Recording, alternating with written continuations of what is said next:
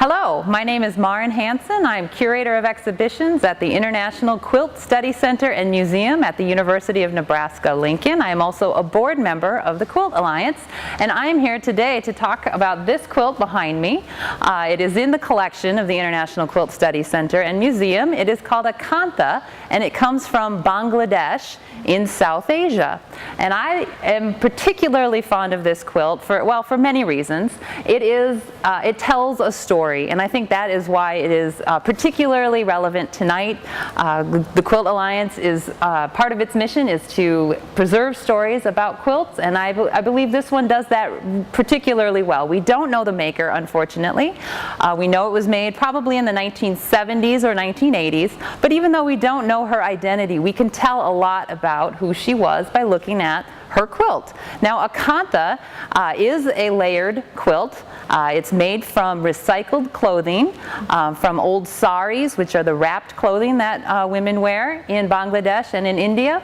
And so there are many layers of recycled sari cloth here, and they are held together with thousands and thousands of tiny little stitches. The stitches you can see best are the ones that are in color, but there are also tiny little stitches in the background as well, done with white fabric. So technically, it's an amazing piece. And these threads are all recycled as well, and they were taken out of the colorful border that you often see on a sari. So the whole thing is made from recycled materials. But the imagery you see is really relevant to life in this part of South Asia. In Bangladesh, which is in the Ganges River Valley, fishing is a big part of people's livelihood. And so that's why you often see fish in there. We all know about the Bengal tiger. That's a famous icon of that part of the world, and so you'll see a tiger up here. We know elephants are a big part of life on the subcontinent. The peacock that you see here, a national emblem of India, and is prevalent in that part of the world.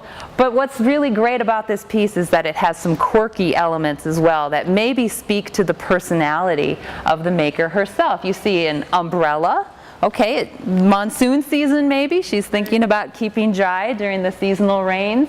You see animals like a rhinoceros over here. I don't believe rhinoceroses live in South Asia. They're on the African continent.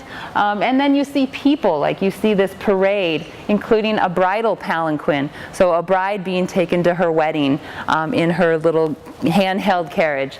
So what I love about this piece is that it tells the story of this woman's life. So even though we don't know who she was personally, we can tell a little bit about who she was and the life she led in Bangladesh in South Asia.